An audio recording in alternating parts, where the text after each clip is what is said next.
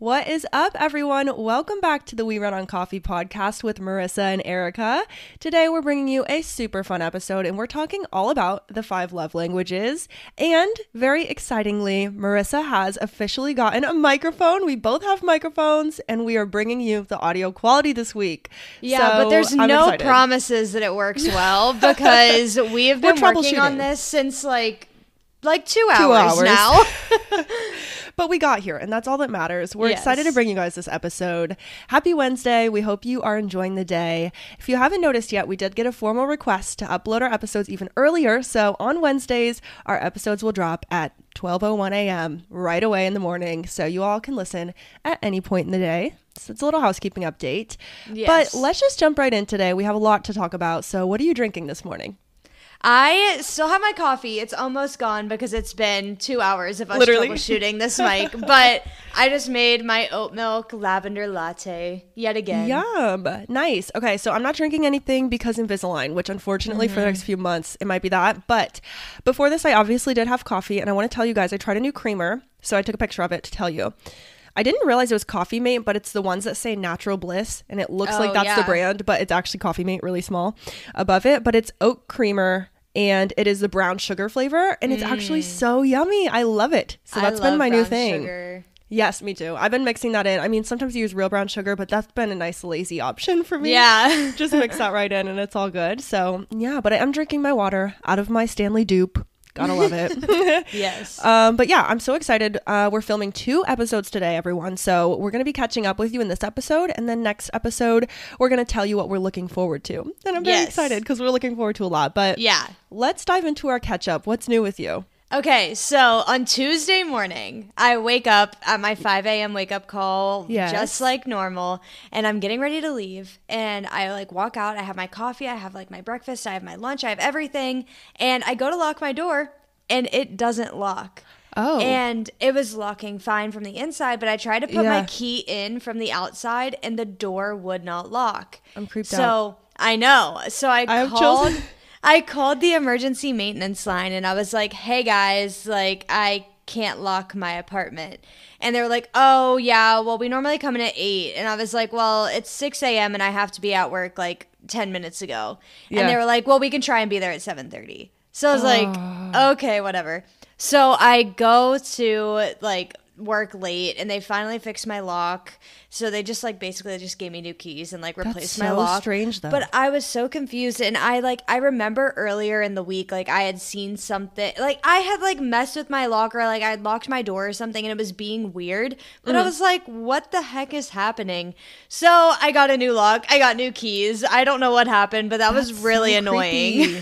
It's so weird how it can just go from working to not. What happened in between? And I was like, did it just break? It had to have. But I was like, this is so weird. And Kyle was at work and he FaceTimed me and he's like, can you show me exactly what you're talking about? And I was like, yeah, here. And he was like, yeah, I don't know. That is so strange. That's a weird problem to have. I feel like I've never heard of that. Yeah. That's but so crazy. That was it. That was my biggest update. And then I also ordered these cute dresses and I tried to show you, but I know, but I wasn't able to. So have you heard of Halara dresses? No, I don't think so. They're these athletic dresses. They're stretchy spandex material and they have built-in shorts, but it's basically a built-in romper underneath the shorts, and they're so comfy. I got them in the mail yesterday. Cute. And I got a blue one and a white one, and you're going to see me in them when I come home next weekend. Oh, I'm sure. I was just going to say that. I'm so excited to see them. That's so cute. I had a workout dress from Old Navy, but it didn't have the shorts, so I got rid of it because I was just like, I can't. It's white and it doesn't have the shorts. I'm like, not a good combo. I need the shorts. I got a white one and the back is so cute on it. And then I got this bright blue and I love it. I'm so excited. I can't wait to see it. That royal blue color has been my color right now. I love it. It's very popular. I love a bright blue. Pretty. Wow. Okay. That's amazing. Well, I'm sorry about your lock, but I'm glad that they fixed it right away at least. Yeah. Because that could have been really it was so weird because I was working on your schedule that day. I went to work 8 to 4:30 and it was so weird. That is so weird. Oh my God. That is my exact schedule. That's funny. Yeah. I love that for us. Okay. Well, I have a lot to catch you up on. Okay, so I'm this ready. week, Angelo planned his date night because he was the planner for April. And I just want to shout out a movie we saw because we went to, first of all, a restaurant called Nomad in Columbus, which I'd never been to. But oh my God, it was amazing. Really? 10 out of a million. Like a million out of 10. I said that backwards. 10 out of a million. Rip. That'd be bad. A million out of 10. Highly recommend. So good. We had some bao pork buns. We had a like Philly cheesesteak, but like, you know, a fancy version. It was almost a little fancy. And then we had this like really good chicken sandwich. Oh my God. They have this grill that's like 1,000,000 degrees. And so everything gets really like grilled and like a little charred on the outside, but then the inside is like super like soft and nice. It was so good. I can't even tell you. But we went to the movies after, and Angela picked the movie, and we saw The Covenant. I don't know if you've seen any previews for that, but no. It was a movie. It was like a war movie about Afghanistan and like the relationship between the American military and translators that are local to the area that they hire and that work for them, and how when we leave that area, a lot of times like we say, oh, we'll give you a visa if you become a translator for us, but then sometimes the promises do not get kept. And so it was all about that and how people go into hiding and stuff, and it was just so good. I don't want to spoil the movie, but I just wanted to recommend that to everyone because I thought it was amazing. And also though, like, it was the biggest mood killer of mood killers. I told Angela, I was like, it's a great movie to watch, but now I'm just want to like cry all night because it was so like heavy. Those movies are so hard to watch. Well, we also know Arika hates movies, so her out here recommending one, that's crazy. That's what I'm saying. I'm like, I have to bring this to the people because, you know, when I say it, I mean it. So that was fun. But then also yesterday we had we went out to breakfast with Angelo's dad and his sister Vernita because we are planning our New York City trip. Yay! Really excited. Ours isn't until August. I know you're going soon, which would be so fun to talk about. Ours isn't until August, but a lot of the restaurants are like they open their books right now for reservations. Oh, wow. So I'm like, I've got to plan this early. Yeah. So that's exciting. We have all our destinations that we want to go to, so I can't wait to share. And then we have a patio update. We're officially getting a patio. Yay! Finally. Yesterday, we sent in our request to our condo association, which is a whole thing within itself, but it will, if it gets approved by them, they have to say yes or no, but if it gets approved, it will be done by June 30th. So, wow. If not sooner, probably that sooner. Is so quick. So quick. And if we get the yes, if we get the go ahead even sooner, it could be done in May. It just depends on, they could take up to 30 days to get back to us, which is like a long time. So depends on when they answer, but then we'll start right away. And I'm so excited. Yay. I can't wait. So we'll have a patio. And my last update is very exciting. So I was telling Marissa a little about this, but I didn't want to spoil it. Friday, we had a cookout at Aunt Diane's, which if y'all don't know, Marissa's fiance's name is Kyle. Kyle's mom is Diane. She's my boyfriend's aunt. Yes. I know it's a spider web. I hope you can keep up. I'm so sorry. But I got to see Marissa's fiance, Kyle. We got to see all of our cousins and everything. And our podcast got brought up pretty soon into the cookout, which I was really surprised about because I didn't bring it up and I wasn't about to. Because sometimes I'm like, I'm not trying to like be weird. But everyone was like, oh my gosh, we've been listening to your podcast. We love it. Specifically, our cousin Natalie, she was like, oh my gosh, I love the podcast. Can you please upload it earlier on Wednesday so I can listen on my drive to work? And I was like, yes, done. Hence my housekeeping update at the beginning. Caden, her husband, he told me that he loved the house episode, How to Buy a House. And he said, I literally have never heard anyone talk about some of the things you guys talked about. And you were so open and honest. And you said every dollar amount and whatever. Mm-hmm. And he loved that. So shout out Nat and Caden. Thanks for the feedback because that was so cool. Yeah. And obviously, I loved that episode. And he was saying that he feels like our level of transparency is what makes us like stand out, which I thought was so sweet and so cute. Well, I've been talking about this with my friends. And like, if you aren't transparent and you aren't open about things, how are you ever going to learn about it? Exactly. Yeah. And then we get that's exactly how we have all of these like skewed perspectives of what something's supposed to be. Like the society's perspective of what a woman is very skewed because a lot of us aren't honest, or like we can't talk about mental health because for so many years we haven't been honest with each other. So I feel like you're exactly right. It's like, how will we be, how will we tell you the truth without telling you the truth? Like, exactly, or like what it is. How will you grow to like form your own opinions about things if you aren't informed of other people's opinions and like open? I just feel like the only way to be in the world is open, honest, and transparent. And that's how I try and live. Exactly. And that's what I said. I said, we will never lose that because you and I will just say anything. Hence the truth or drink where we didn't drink. Yeah. Because we just said it. It answers all the questions. Like we just don't care like that. But here's my biggest update on this that I'm very excited to tell you. So everyone was just talking about it. They were very excited. They gave their favorite episodes. It was so cute. And then Oma, our grandma, was like, oh my gosh, like, I don't know how to listen to podcasts. I didn't realize that you guys like were doing this together. I really want to try to listen. Like, can you guys tell me how? And I was like, yes, I think you might have the Pandora app on your phone. I think you can use that. And she was like, I have the Purple podcast app. I'm like, oh yeah, she has Apple Podcast. Yeah. So yeah, I said, just look up We Run on Coffee. That's it. And so that was Friday night. Saturday night, she came to my house because I was hosting a family dinner. And she walks in. She was the first one to get here. She's like, Arika, guess what? I was like, what? She said, I stayed up till 2 a.m. last night listening to you and Marissa's podcast, and I binged it. Shout out to Oma. She said, I'm trying really hard to catch up by Wednesday. I was like, Oma, there's like 13 episodes. Are you sure? She's like, yes, I'm going to go home and listen to 2 more tonight, and I'm going to binge the rest until I get caught up. Aw, Oma. Are you shook? She's like our new biggest fan. I know. So shout out to Oma. Hi, Oma. Hi, Nat and Kaden. Hi, Vernita. Hi, Kyle, Angelo. Like, everybody. All these people in our family are being so supportive right now. And it was just so sweet. And she's like, I stayed up till 2 a.m. last night. Guess what I was doing? And I was like, I literally have no idea. What do you mean? She's like, I was listening to the podcast, and I just did not expect her to say that. So I thought that was so fun, and I was so excited to tell you. Aw, that's so exciting. And like, even if it's just our family, like, I don't care. Just like knowing that they listen and like talk to us, like, it's the easiest way to catch up with us, I feel like. It is. Yeah. Natalie was telling me, she's like, I feel like I know what's going on in your guys' life. I'm like, yeah, exactly. It's so fun. And when Oma was expressing like that she wanted to catch up, I was like, I hear you, because it is fun to catch up because our weekly updates always build on the last one. Yeah. So it's really fun. And yeah, I just wanted to share that today because I was like, so how exciting. Cute. So thanks everyone listening. Hi, Oma. We miss you. Oma. We appreciate it. Yeah. And so I'm just glad everyone. Oh, there was another one. Okay. This is a big one. So Julie, my boyfriend Angela's mom, so she was saying that she just started listening as well. She said, I've been putting it off, but I want to listen. I just haven't had time. So she finally started listening. She said that, so I think you know that she is a professor at Capital University. She announced it to her class. Yeah, she gave us a shout out. That's so cute. I know. So I guess the sticker I gave her, she put on her water bottle, and someone saw it and asked a question or something like that. And she told her class, like, oh, you guys are 20 somethings. Like, you're the perfect age to listen to my boyfriend's or my son's girlfriend's podcast. Yeah. And so she told her class to listen to We Run on Coffee. Oh, that's so cute. Hi, Capital students. If any of you are here, like, please comment on our Instagram. We'd love to know if, Mrs. Dallas sent you. Dr. Dallas? Doctor. Professor Dallas? Yeah. She about to be a doctor. You got this, Julie. So anyways, that's my catch up. I know it was long, but I was so excited to tell you all these shout outs we're getting. I know. That's so fun. Honored. I love it. Cute. So with that, we better dive in because, girl, we have so much to say. But what we're going to do today is talk about the 5 love languages, like I mentioned. So I'm going to kind of guide us through this little discussion. I'm really excited. I pulled some definitions for everyone listening. There is a book about the 5 love languages. That is like what this whole thing started on. And Marissa and I were going to read it, and then we forgot, to be fully honest. That's okay.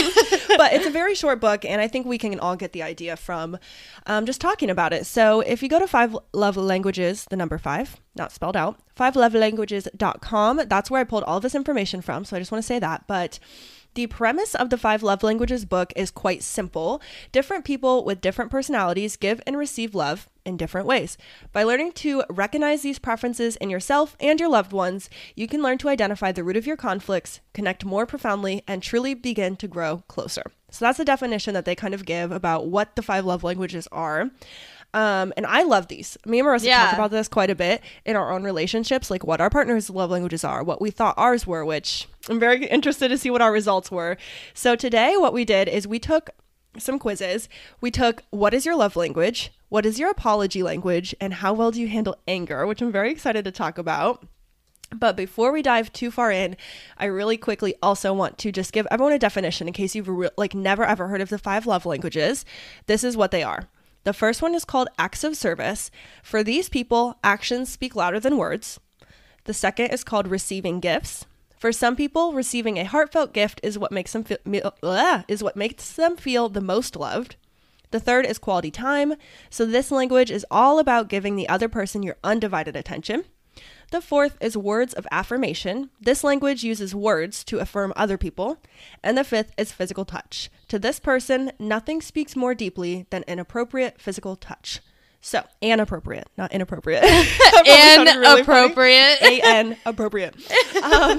I love that. Really funny. But so what we did is Marissa and I took the quiz, and how these quizzes work is you're taking the quiz, you're answering questions. So it'll say, what's more meaningful to you, getting a hug or receiving a nice gift after your partner's been traveling or whatever? It gives you like a bunch of these scenarios and you pick one or the other.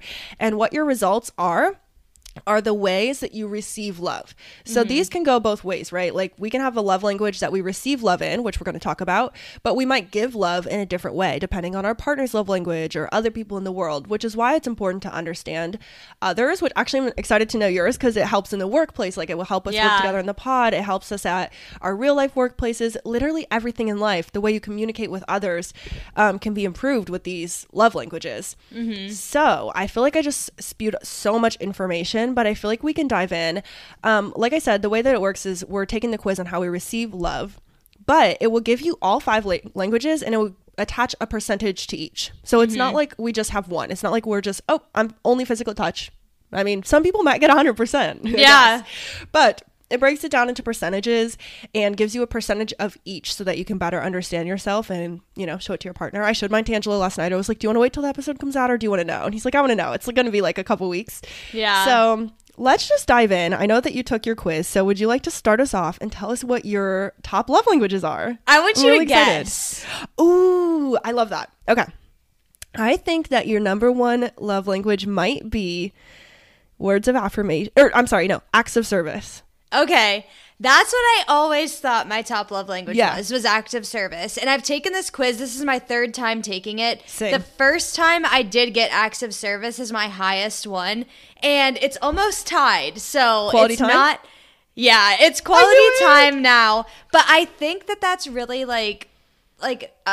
I don't know. It's just like really apparent right now because like me and Kyle are farther apart. And I feel like the majority of like the way that I answer these questions is like reflecting on me and Kyle, not necessarily like in general. And so like, of course I'm going to like want to spend undivided attention with Kyle when I'm not with him 24/7. Yeah. So I got quality time as my top one and it's at 37%. Okay. That's a fair amount. What is your second? My second is acts of service at 30%. Okay, so it was I had really close. Yes. Okay. I could kind of tell that those were your 2. And then how did the rest of yours fall? I'm really curious. So 3rd is words of affirmation at 20%. And then physical touch is 4th at 10%. And then receiving gifts is last at 3%. Whoa. Okay. So that is like so irrelevant to you, apparently. Yeah. That's so wild. But I love this. It's crazy because I love giving gifts. Like I love just like giving somebody little gifts. And like if you give me a gift, like I literally wouldn't care. I'd rather you like go and clean my dishes for me because I feel like I see that more as a gift rather than like actually like receiving like, I don't know, like something of monetary value. Like if you were to drive with me to go and like get groceries or whatever, like I would find that so much more helpful than you buying my groceries for me. Yeah, that quality time aspect that really does prove. Yeah, that makes sense to me, and it also does speak to the fact of like the way you show love and the way you receive could be so different. Like you like to give gifts, and there's people out there that will really value that. So that's really cool. Yeah. Okay, so I wanted to read some definitions that are like more expanded. So do you want to guess mine? I'll say mine first. I think yours is words of affirmation. Okay, so I've taken this multiple times too, and words of affirmation has always been number 1. It's not anymore. And I have to say that this is probably the most annoying results I could have gotten for Angelo. I'm almost equally everything. Almost equal. So I'm going to go through. My number 1 is quality time, just like you, at 30%. My number 2 is a 3-way tie. 20% words of affirmation, 20% physical touch, 20% acts of service, and my last one is receiving gifts, but that's still 10%. So I feel like my circle is like, you can see my colors maybe on Zoom are almost all even, like they're the same size. That's crazy. I'm almost everything. So I showed it to Angelo and he's like, oh my God, that's annoying because now it's like, how does he speak my love language? You have to just pick one, speak all five. You have to pick that one. Makes it way harder. But I did pull some even deeper definitions that I want to dive into. So both of our number ones, like we said, are quality time. And the website kind of redefines this, and it says, in the vernacular of quality time, nothing says I love you like full, undivided attention. Being there for this type of person is critical, but really being there with the TV off, fork and knife down, and all chores and tasks on standby makes your significant other feel truly special and loved. Distractions, postponed dates, or the failure to listen can be especially hurtful. The love language of quality time also means sharing quality conversation and quality activities. Hence, quality is like really in there. Yeah. But I feel like I only partially agree with that, which is crazy. Oh, okay. So in my life for quality time and whatever, I don't think that I necessarily agree with like having like phones away, TV off and everything. Like, yeah.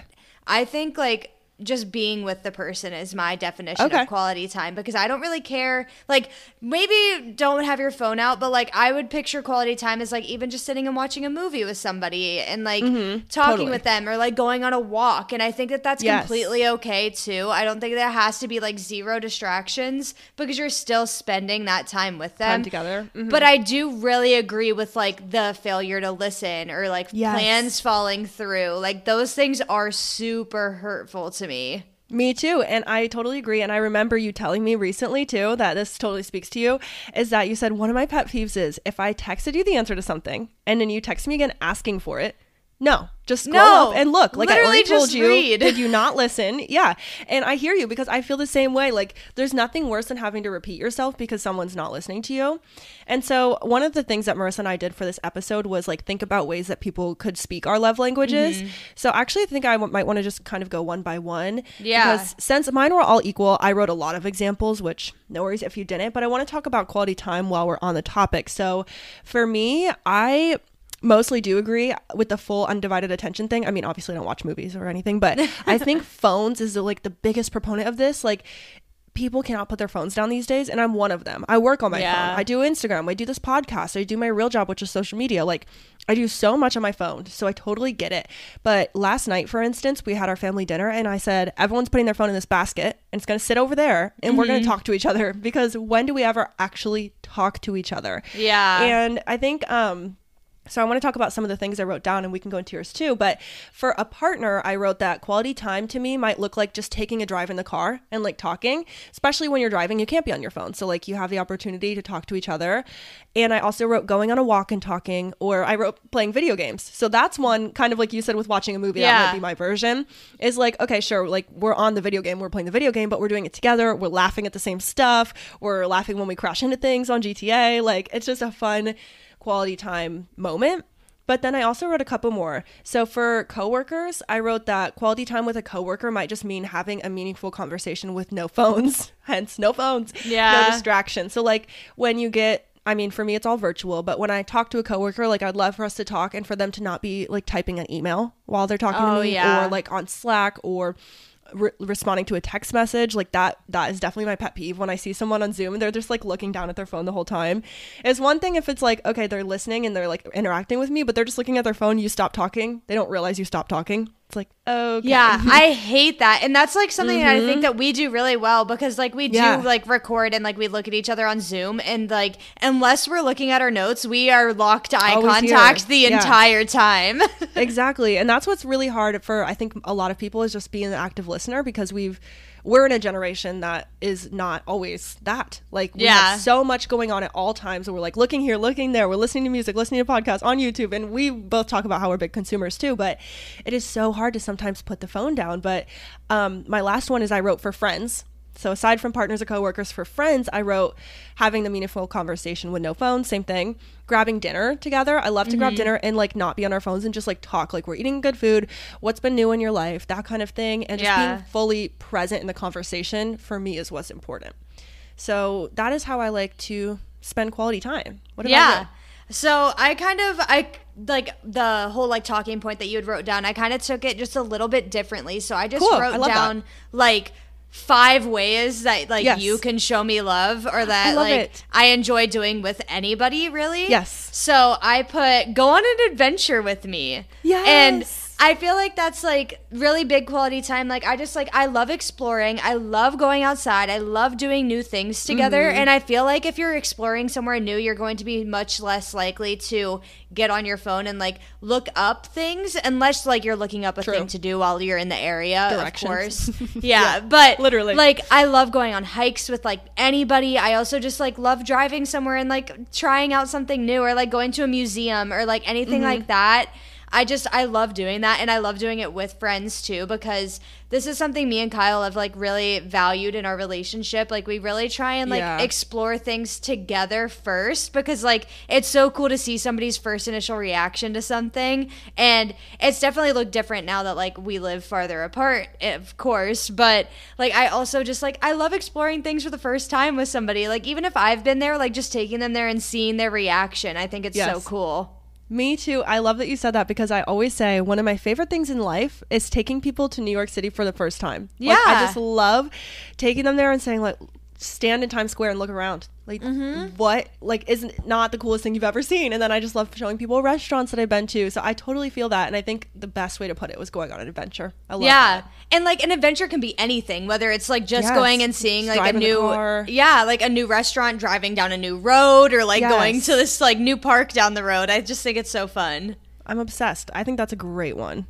Okay, and then my next one that I put down was help me run errands or go with me to run errands. Like, I feel like I could do either one. Like, I would be okay if somebody, like, went to go to, like, the post office for me. Like, I feel like that would be okay. Or, like, I would just much rather prefer doing it with somebody, because I don't know. I was talking about it, I think, in, like, an episode that we did last week or something, and I was talking about how, like, it was our habits episode, how I get really, like, stuck in a rut and I don't want to get up and like do the thing, and like that is really big with like running errands. I hate running errands. So if somebody goes with me and they're like, oh, I'll just like go with you, if you keep me company, it's gonna make the experience 10 times better. It fun. Yeah, that makes sense. Even if like you go and do it for me, that's fine too, but I think I'd much rather just do it with somebody, which is like that quality time over acts of service, I think. Yeah, I hear that. One of the questions I remember asking us on the quiz was like, what shows you more love? Something like, I don't know, some random example, or when someone runs to do a chore for you, like to do an errand for you. And I'm like, I don't want Angela to like go to the store for me. I want to go together. Yeah. Like, I feel you on that. Yeah. And I think like I would be okay if like Kyle ran to the store for me, or if like a friend ran to the store for me, but I also think it'd be just so fun to do it together. Like it just makes errands so much easier, I think. Yeah, it makes them like enjoyable versus like a chore. And then the next one I wrote down was when I start to be introverted, invite me to do things. And I've been a really big I've been really bad at this recently because I feel like I don't even know if introverted is the right word, but I get stuck in ruts where I like don't want to leave my house. Like I haven't left my house since 3 p.m. on Friday, and it's now Sunday at 11 a.m. Like I haven't left my house since I got home from work on Friday, which is totally okay. It's okay to like need a reset, but I feel like I get stuck in these ruts, and when I get stuck in the ruts, I don't want to get out of it necessarily, and it's really hard for me to push myself out of it, but that's okay. And I think like if a friend were just to be like, hey, like I'm going to like Target, do you want to go with me? Like that would definitely help me get out of my ruts. Yes, it's that accountability partner coming back into swing almost. It's like someone like kind of hold me accountable in a soft way of like just ask me to hang out, like let's go do something, get me out of my head and get me out of my, my rut. Exactly. That's exactly what it is. I love that. Also, shopping with friends is so underestimated. It's so I know. Fun. And like you don't even have to buy anything. Just like go and hang out. Look around. Yes, just like in high school when you just like walk around the store and that's like something fun to do. I love doing that. I still love doing it. Heck yeah. And Marissa and I are going to the 2-story Target. We must. Yes, when I visit, have to. We must. It's almost time. Yes. I love it. Okay, my next one is send me a message just saying you miss me. And or not even just a message. You could even just call me on the phone and like you could just be like, "Hey, I really like miss like last year this time we were doing this and I really just miss that." And it like makes you feel a little reminiscent, maybe a little bit sad, but still at the same time like it just knows that you're like thinking of me. I think that's huge for literally anyone with any love language. It's like so important to tell people that you love in your life that you are here. Like, hey, I'm still thinking about you. Like, don't think you've been forgotten. Because I think a lot of us can feel like we've been forgotten, but for so many reasons, by so many people, and for no reason other than you just need to be reminded a lot. Yeah. So I feel like that could be huge for anybody. Yeah. And then my last one is help me with chores that I hate doing. And same. I feel like it changes. I don't have a specific chore that I'm like, I hate doing that. Yeah. Like, okay, I'm fine doing dishes and I'm fine doing laundry, but putting away the dishes and putting away the laundry is the worst thing ever. That's so funny. I hate finishing the task, which is terrible, but I just like, I could clean my entire apartment and be fine with it. Or I could like put all the dishes in the dishwasher and press start. Or I could put all the laundry in. But you ask me to fold it and put it away or put away the dishes and I'm on strike. I can't do it. I don't want to. Laundry strike. That happens a lot in my house. Yeah. That's really funny. And that's the best thing about living with your partner, because I am the opposite of you and I will not clean a dish. Like, do not ask me to clean a dish. I'll put all the clean dishes away, but the dirty dishes gross me out. Yeah. So in our house, Angelo loads the dishwasher, I unload, and he does all hand wash. And then he hates laundry, so I just do all the laundry. So it's nice to find those balances of like, you know, what you can compromise on. But I hear you, because some tasks I'm like, just don't ask me to do that. I will never do it. Yeah. I'm like done. One time Kyle was here and like I was stuck in one of my ruts where I felt like I couldn't do like any chores, and he knows that I love like him helping me do those things. Yeah. So he like helped me clean like the kitchen, and then I started sweeping, and then he literally followed me with the mop, and I was like, this is so nice. Like, this is so helpful. And I can't wait for him to move in, because it's going to be so much easier to like get everything done and feel like, I mean, I feel like when it's like only on me, because like I do live alone, I feel like it's so much harder for me to get it done, because I'm like, oh, like nobody's going to see it unless I like have friends coming over. And I'm also like, well, I'm the only one here. Like, it can't get that dirty. Right. I think something in life that's so not talked about enough that we could do an entire episode on is keeping house. It is not easy. We have full-time jobs. We're adults out here. We have partners. Some people have kids. Some people have pets. And to keep your goddamn house clean is like the bane of my existence. Like, no, literally. Why is this so hard? And it's like, you get off of a full day at work. The last thing you want to do is pick up a toilet brush and go scrub your bathroom. Like, it sucks so bad. Yes. And I think more people should be talking about how hard it is to keep house. Like, that's a full-time job. Yeah, it really is. Like, it really, really is. It's crazy. I just don't understand it. So me neither. That's nuts. Well, I love your top 5 ways. I feel like they're so good. And there's so many things that we can go into next, because obviously we have apology languages. But I want to read really quickly a few more definitions for us of our next one. So we both had a second place of acts of service. So I'll go there. For acts of service, it says, can vacuuming the floors really be an expression of love? Yes. Absolutely. Anything you do to ease the burden of responsibility on your partner speaks volumes. The words he or she most want to hear is, let me do that for you. Laziness, broken commitments, and making more work for them tell speakers of this love language that their feelings don't matter. What? Oh, laziness will tell them their feelings don't matter. Got a little confused. I was like, what? Finding ways to serve speaks volumes to the recipients of these acts. So totally agree. Totally hear that. That is a good one. And then I want to talk about words of affirmation, because I know we both had that in our middle. Actions don't always speak louder than words. If this is your love language, unsolicited compliments mean the world to you.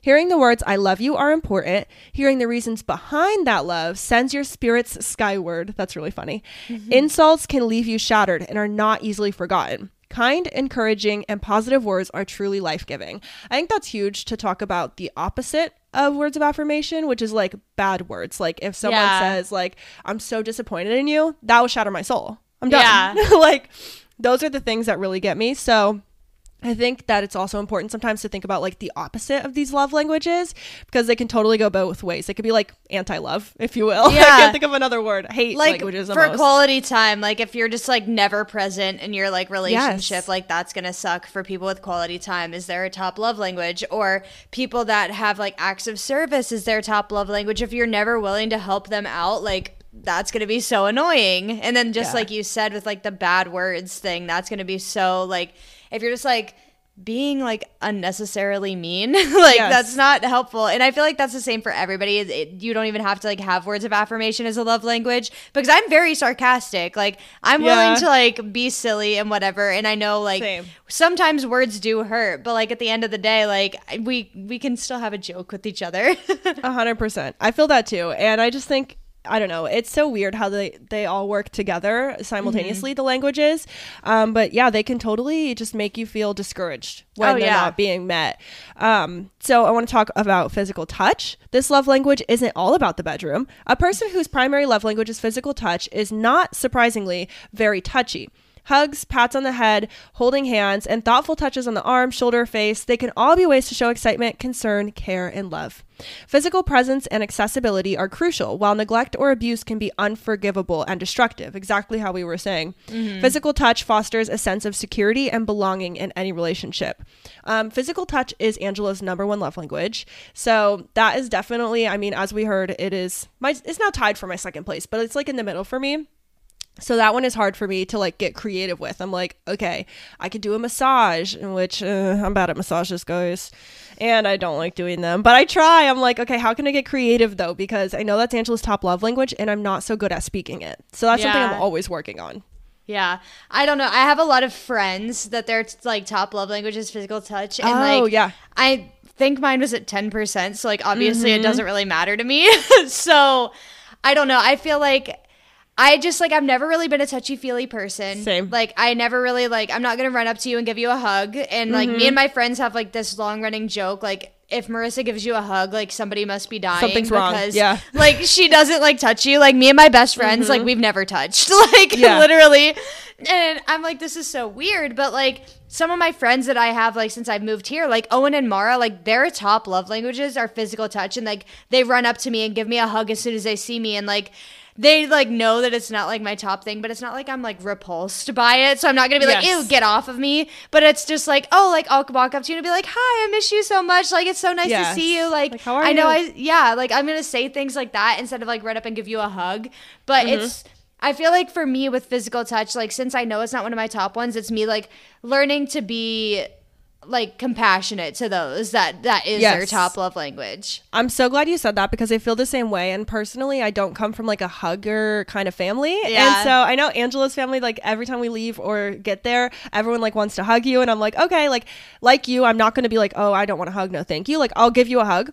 But it's not my go-to. It's not my preferred. And sometimes it just feels a little bit awkward to be like the one person in the corner that sometimes I like don't give hugs, but everyone else is. And I'm like, I'm just going to stand back here and like hope I'll be that awkward person with you. I've done it in the past. Like we're like at family functions and I'm like, all just right. kind of like off to the side. I'm like, see you later. So nice seeing you. Yeah. I also like, I have this thing where I have a hard time saying like love you to family members sometimes. Like people like love you and I'm like, yeah, see you next time. Like not in a mean way, but it's just so hard for me. But yeah, I don't come from a huggy family and I've never been a touchy-feely person either. Like I used to have friends, I don't know if you had this in like middle school and high school even, that are like, oh my gosh, like do you want to cuddle? And I'm like, no. And they're like, do you want me to like give you a massage, play with your hair? I'm like, no. A lot of girls like love to do that and a lot of my friends did too. And it was something that I just never preferred. Like I could not be me. I'm like, literally don't touch me. Also my mom is the same way, and so I think that's probably just where it comes from. We're just like not touchy-feely, not emotional in general. Yeah. So well, my mom is super touchy-feely. Really? And like I feel like it's really weird because like in like scenarios like when I should be like super sad and stuff, like she wants to like console me by giving me a hug and I'm like, you can console me with your words. It's okay. Yeah, literally me. It's like I don't need a hug. I'm good. Thank you. Yeah. Like if you give me a hug and I'm sad, I'm either going to break down and like sob or I'm going to get so angry and like run away. Yeah, like, oh my gosh, last night I felt really bad. Last night Angela was trying to give me a hug and I like literally pushed him away and he's like, that was so rude. And I was like, I'm sorry. Like it was so rude. And like I hear you. But I just sometimes even get so overwhelmed. Like last night I had a headache and I was like feeling migraine-y and I was starting to feel like my stomach hurt and I knew I had like 10 things to do and it was 11 p.m. And so I was just like, it's too much. And the last thing I want is for you to touch me, which is probably so hard for Angela to understand because the first thing he would want is a hug and that would make him feel better. Yeah. So that's the balance that I have in my personal relationship that I'm like, oh my gosh, it's hard like to speak other people's love languages that don't come naturally to you. Yeah. That's some of what I'm trying to say. Yeah. It is a lot. The last one I have something to read for is receiving gifts. So I want to read this one because I think it's a really nice description. It says, don't mistake this love language for materialism.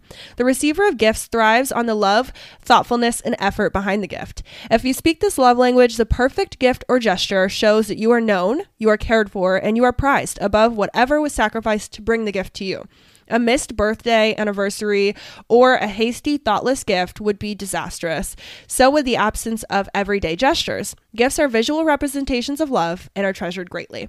I love reading that one because I know that most all of us think of materialism when we think of receiving gifts. We're like, okay, presents, Christmas, birthday. Like, we think of all the holidays, you know, that have gifts associated with them or whatever, but I want to read some of the things I wrote down because, like I said, I wrote down a few examples for each, and maybe you have some that you think of too. But for me, gifts looks like if someone were to give me a bouquet of flowers, like after a dance performance or something, like that is a really cool gift that really speaks to me. I also wrote a handwritten card or anything homemade. So maybe not like buying something per se, but if someone were to write me a card that was like really meaningful, that would like tear me apart. I'll be crying. Which is not easy, getting me to cry in front of you, but that would do it because I think that it's the thoughtfulness for me. Like the thoughtfulness behind whatever the gift or gesture was is really important. And that's why I want to read the description too, because I feel like that is a huge one. And in that way, I do like gifts. Yeah. I think it's really weird to like be like, oh, I love gifts. Like it makes you feel like so like conceited almost. But at the end of the day, like it's just so nice to know like, oh, they were thinking of me and they got me this. Like that's the way I think of it because like I do like getting gifts. I just don't think that I would think of that as like one of my love languages. Obviously, it was only 3% when I took the quiz. But like I do love holidays. Like I love my birthday. I love seeing what people are going to get me. I love like all of the holidays where you do get gifts. And it's just like a new surprise almost. And I love surprises. And I feel like I think of that more of like an act of service is like somebody's like throwing me a surprise. Like they're like doing this like to make me happy because they know like I love surprises and stuff like that. Yeah, but totally. I also think like you can kind of reframe that in like the giving gifts or receiving gifts kind of mindset. And like, I don't know. Like I said, I love giving gifts. And so like, if I'm just like scrolling through Amazon and I see something cute, like I'm going to be like, oh, I'll order that for like my friend or like I'll order it to their house or whatever. And I think it's so fun just to like see the reaction kind of like, like I said, I equate this with acts of service as well. So just like you would love to see somebody's reaction when you take care of some sort of household chore for them, you're going to love to see the reaction when they open a gift that you got them. Exactly. Yeah, I love that. And I think, like I said, these are all percentages. So like maybe we all have a little bit of each. And that's what I like to talk about it for, because just like you said, some things could be a gift, but they're also an act of service and they're also quality time all at the same freaking time with words of affirmation and physical touch wrapped in. Like exactly. You can hit a 5 for, I always say a 2 for 1, a 5 for, a 5 for 1. It's possible. So really quickly, I want to run through the rest of my examples and then we'll move on. Yeah. But for words of affirmation, I don't know if you have any of these that are like key for you, but for me, it's hearing I'm proud of you for XYZ. I'm excited about what you're doing. Just like how I talked about at the beginning, we spent a lot of time talking about people listening to our podcast. That means a lot to me. Just people saying that. And I'm here for you. Yeah. Like, I'm here for you, or let me know what you need. For me, those are like the key phrases that are like, okay, that person like actually really cares about me when I hear them say XYZ. Yeah, I think that all of those like are the same for me. Like I love all of those. I can't really think of any other examples, but like you said, I'm proud of you is huge. Yeah, I love I really like having people say like, "Oh, I'm excited for you." Like I'm so excited to see like what you're going to do with that, or like my parents always say they're proud of me, and like that's so helpful. But I also love that they're like, "Oh, I'm so excited to see what you're going to do with that." Yeah, it's almost like all those phrases kind of speak to I believe in you as a human, as a person, and I feel like that might be the root of it all. Is like when someone believes in you, it feels so amazing. Yeah. I love it. Okay, so for physical touch, I wrote just a few. For me, physical touch, the way I receive, the best ways are massage, hands down. I want you to massage my back and shoulders because personally, I carry stress in my shoulders and neck, and they are always in pain because I'm always stressed. I also clench my jaw, so I have a lot going on there. Yeah. So like a shoulder neck massage, yes. Cuddling, and then I wrote just holding hands at the store or on a walk. Just like a simple thing. Yeah. Those are my biggest like ways I receive physical touch. Do you have any?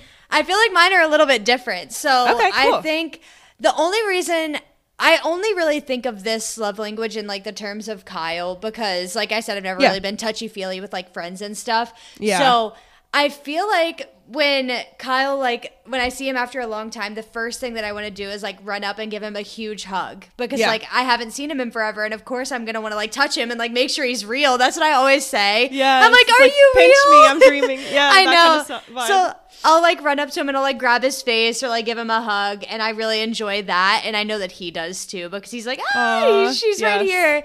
And then I also love like cuddling. Like whenever Kyle and I like the first time we like ever spent the night together, like we had to cuddle because it was in a dorm room bed. And like, of course. And Kyle's so tall. I know. Of course we didn't fit. But like whenever I got like my like queen size bed and like we would have like sleepovers or whatever, like we would never touch. Like we would just look at each other and like stare across the bed. But I don't know what it's been like in the past like year or so. Like I can't fall asleep unless we're cuddling. And it's wild because like we never used to do that.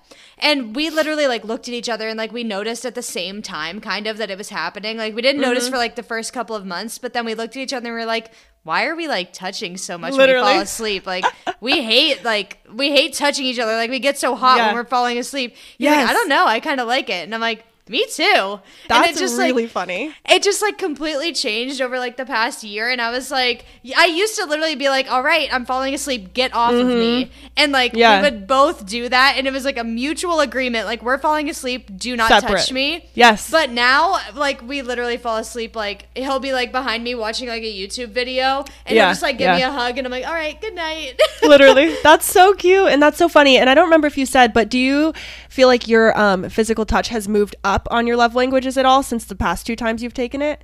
I don't think so. No? I think I was just wondering about the same. Because as we, like, sometimes we, like, just grow as people with no reason, you know, because we just grow every year. And so I feel like those things can change. Like, for me, physical touch has definitely moved up. Also, we are the fall asleep and don't touch each other people because hot. But no, I hear you. I still agree with that, but I don't know why. It's fine now. I mean, and I don't know. Maybe it's you being so far away. Yeah. You guys weren't so far away before. Now you seem to be even less. So, I don't know. That's really cool, though. I love that. But there was one more thing that I was thinking of. And I know that you said that you love, like, going on walks and holding hands. I hate that. Because I feel like, I mean, maybe it's because Kyle is so much taller than me and, like, his steps are longer. But I feel like you're running. It just doesn't work. I feel like he's dragging you down the sidewalk. Like sometimes it's nice, like we'll like walk around the store and like we'll hold hands, or like more often than not, like I'm like wrapping my arm around his arm, and that's easier because I feel like our hands get like sweaty. His is so much bigger than mine. I feel like I'm not holding his hand right, and I just become so hyper aware that like our steps aren't together, and I feel so flustered. And I think that he can sometimes notice that too, because I think he really enjoys like holding hands on walks. But I think he can notice that I'm getting like flustered, and I'm like, I don't know what to do with my body. And then we're just like, no, never mind. We're gonna walk on like opposite sides of the sidewalk. It's fine. Just overthinks it. Yeah. I hear that too. Also, it feels like a big part of both of our physical touches is getting too hot. It's like, okay, get off me. Like, I'm too hot. And when you get too hot, everything bothers you. It's like, okay, now I'm too hot, and I'm annoyed, and I have a headache, and I'm hungry, and it just starts building up, I feel like. For sure. The worst. I completely agree. Oh, my God. Okay, so the last one I have is acts of service. Yes. And I know that you'll relate to some of these too. Acts of service for me is just offering help. So like if I'm doing something and I don't ask for it, but you come up and you're like, do you need help doing the dishes? A lot of times we'll say no. But like sometimes it's really, really nice just for someone to even say that. Yes. Helping with chores or things I might be too busy to do. And then this is my biggest one. Filling my water bottle. Huge. That's so funny. Huge for the program. If I have to fill my own water bottle, it's going to be about a day. I just always ask Angelo, and he's so sweet. Like, he knows that that's just one of the biggest ways, and he'll always do it. We'll be in bed. Yeah. Like, babe, could you fill my water? And I'm like, you can say no. I'll get up and do it. And he's like, no, I'll do it. Like, I know it means a lot to you, so, like, I'll go fill it up. That's my biggest one. I don't know why, but it's the most, and I love it. That's so funny. I think that my biggest one is just, like, helping me whenever, like, I need help. Like, if I'm like, oh, I can't do this right now. Like, I don't know. There's been many times. Like, also, something else that I think that is like kind of overlooked is like helping somebody break down tasks with you. Like this is something that Kyle and I do often now because like we are far away and he can't always help me with my to-do list because he's far away, but he'll kind of help me like break down like what I need to do and how we can get it done, like how we can get it done, how I can get it done with his help.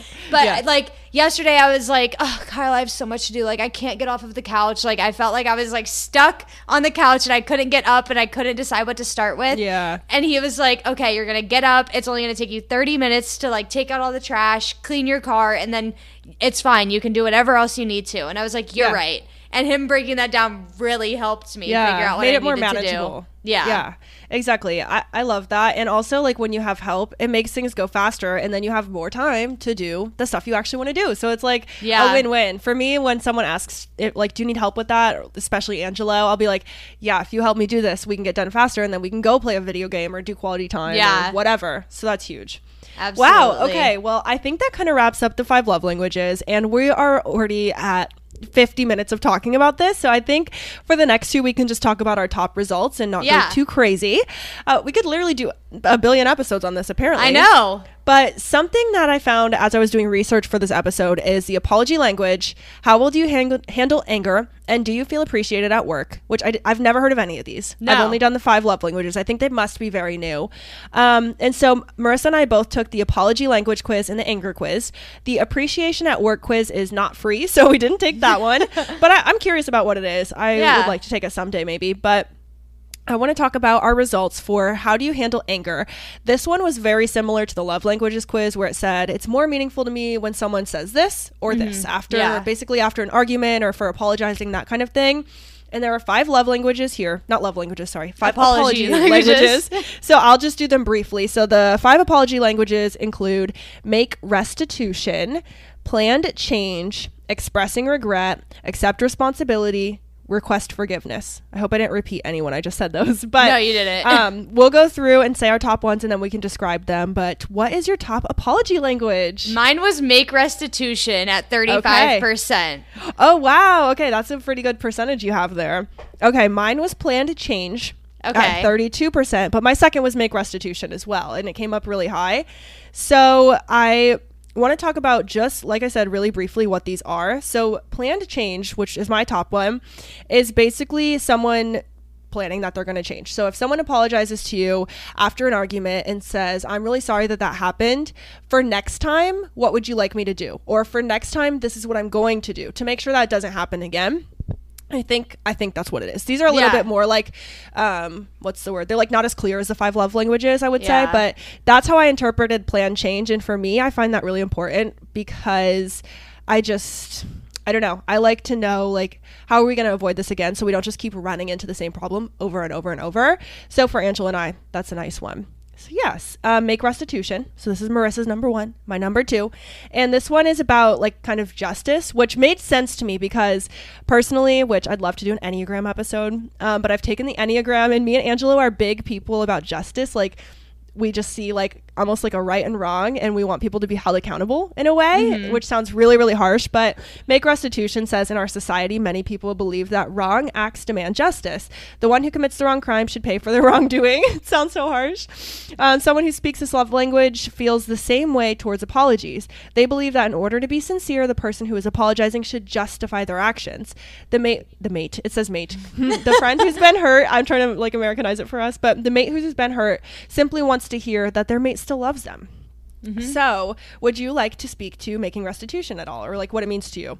I think that it's just like, I don't want to have people beat around the bush. Like I want them to like own up to their mistakes and just be like, okay, well, I made this mistake. This is how I'm going to fix it. And plan change was my second one at 31%. So I think that these two go hand in hand, like really well. So it's like, I know that I messed up. How can I fix it? Or I know I messed up. This is how I'm going to fix it. Yes. Oh my gosh. Preach, girl. Because those are also my top 2. So apparently we're thinking the same way about this. And the way they work together and the way you just said that, yes. Like that is what I need. I know I basically, in blunt terms, I fucked up. I'm going to fix it. And this is how. Exactly. Yes.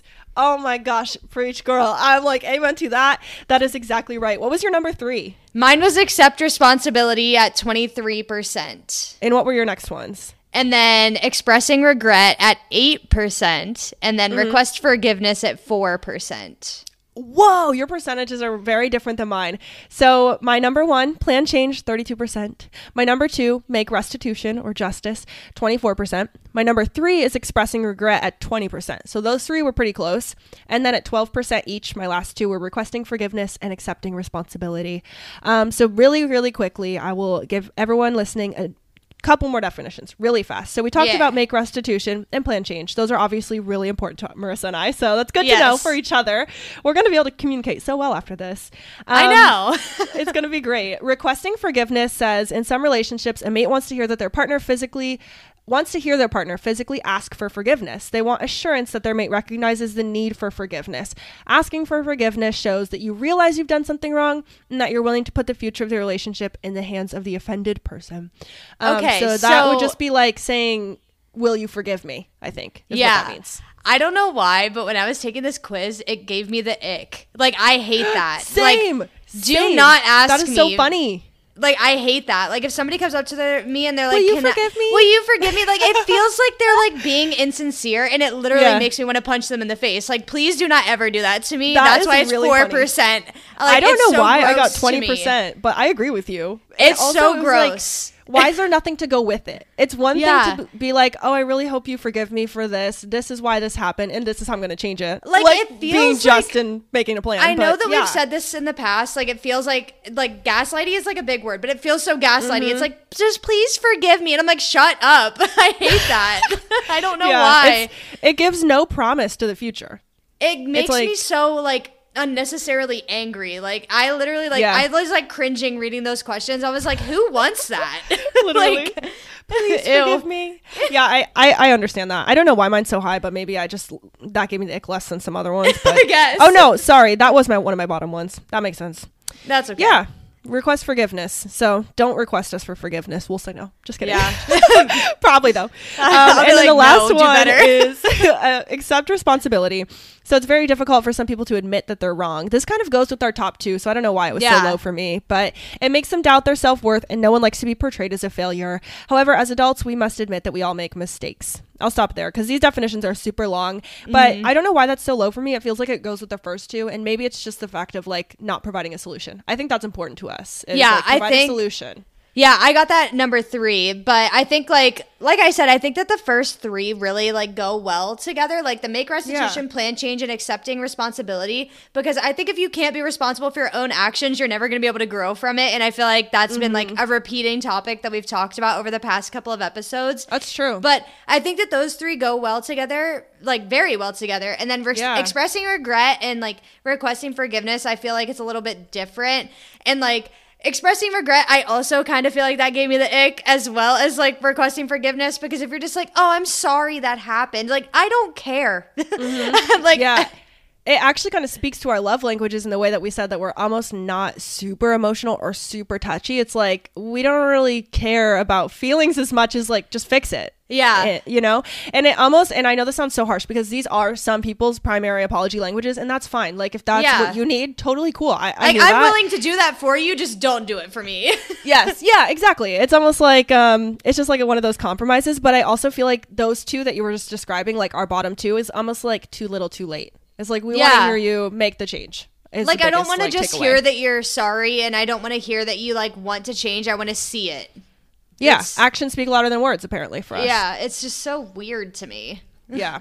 Well, I was actually really glad to take that quiz, though, because I did not know there were 5 apology languages, and I do feel like it was helpful information to have. Yeah. Like, now we know, and I'm definitely going to make Angelo take it and see what he gets, because I want to know. I want to be able to, like, be better in an argument or whatever. Yeah. And the last thing we have, which we'll say literally so fast, because we've talked a lot. But there's also way less information on this one. Yes, this one's super simple. We have the anger quiz, which Angelo said I was going to fail because I do get pretty angry. I have anger problems a little bit, yeah. I just get, like, so flustered and like mad, and I'm like, just be better like humans. Like I just get so angry. So yeah, let's talk about our results. Would you like to guess where I am? So there's like a green, a yellow, and a red meter, and it's a gradient going across from left to right. Would you like to guess what section I'm in? Well, I would have guessed that you were in green, but based off of your last statement, I'm gonna guess that you're at like the top of the yellow, like the light yellow. Ooh, okay, no. You would have had a good guess with the green. I am like on the green and yellow cusp. Okay. Like, I'm moving right across. Where do you land? I'm curious. Where do I land? Yes. There's like this much green showing. Like I'm all the way at the top. Oh, wow. Nice. Yeah. There's like barely. So like, I know you guys can't see it, but like Erica's looking at hers. So like there's a meter and like the green, like you can barely see what's in front of it. I'm almost at the top. Wow. Okay. So if you would like to read your results, I'll read mine first. But my results, high summary sentence says, you are handling your anger well, but you can improve. Is what mine says. It says your results are indicative of someone who likely handles your anger well in many situations, but there's still times when your anger is handling you. Recognize the areas where you are doing well in handling your anger, but also be cautious that your anger is not getting out of hands in other ways. So, action steps. It says you would benefit from better understanding the distinction between good anger and bad anger. Good anger, as Dr. Chapman describes it, is a normal response or genuine wrongdoing, injustice, or mistreatment. Distorted or bad anger, on the other hand, is our response to others when we have incorrectly perceived a constructed wrongdoing, injustice, or mistreatment. We don't have all the facts correct in distorted anger. Learn some other key differences in chapter 4 of this book. They're like, please buy the book. But I like this. I feel like it makes sense for me. I don't want to get too deep into it because we've just talked for so long, but I think just take a lot of things in life personally that sometimes I don't need to. And I think some people do that. Like constructive criticism, I'm like, sometimes Angela will listen to the podcast and be like, at minute 4, you were like a little quieter. And I'm like, I love you. Just listen to the podcast. Tell me if you like it. It's already put out on Spotify. It's too late. Like, what do you want me to do about it now? I'll ask you if I need it. Yes. So sometimes I just take things a little personally and then it turns into anger. But I'm working on it. And yeah, that's my results. I'm handling well, but I could improve. What about you? Mine says, my responses indicate that you generally have a good handle on your anger. You are likely aware of what makes you angry and tend to be intentional in processing your feelings of anger. You likely don't experience too many difficulties from anger-related issues in your personal or professional life. There's always a room for improvement, however. Consider the following possibilities for future action. And it says, is there somebody you need to reconcile with? Perhaps you have an issue or conflict some time ago and you haven't taken initiative or effort to repair your relationship. Assuming it's within your power that you can foresee any significant and or intended negative consequences, powerfully consider reconciling and building a relationship with this person, which I don't think I agree with. If I was mad enough at somebody to end a relationship, I'm not going back to it. And I feel like that also shows that I have a good handle on my anger because I'm not willing to be open to the possibility of getting hurt again. Like, I don't care. Yeah, I hear that one. I'm kind of the same way in that sense of like, for me, it's like, I feel like I'm pretty loyal, so it takes a lot to get to the point of ending a relationship or friendship. But once it's done, it's done. Yeah, like, for we're sure. Done. Moving along. Yeah. Wow. Oh my gosh. Well, I'm so excited that we did this. That was so much information, but I feel like it was super helpful. And I hope anyone listening will go take the quizzes. I should have said at the beginning that these are free. Yes. 3 of them. Not the work one. So we didn't take the work one. That's okay. Yeah. But if you all want to take the love languages quiz and see what you get, it's helpful too, which this is a whole other topic that we could spiral into, but it's helpful too for loving yourself. If your top one is words of affirmation and you're not speaking well to yourself and you're speaking poorly to yourself, that's going to hurt so much if that is your love language. So yeah, definitely, it's so applicable in so many facets of life. I can't even get into it because we'd talk for another hour. Yes. It's so good though. So I hope y'all enjoyed listening to this. And yeah, any final words, Marissa? I don't think so. Just learn how you love yourself, learn how you love everybody else around you. And love more. Spread love and spread peace. I love it. Oh my gosh. Well, thank you guys for listening. You know the drill. Rate us, give us 5 stars, follow us on Instagram, find us wherever you find your podcasts. You guys know how to do it. And with that, I'm Arika. And I'm Marissa. And we run on coffee. Bye.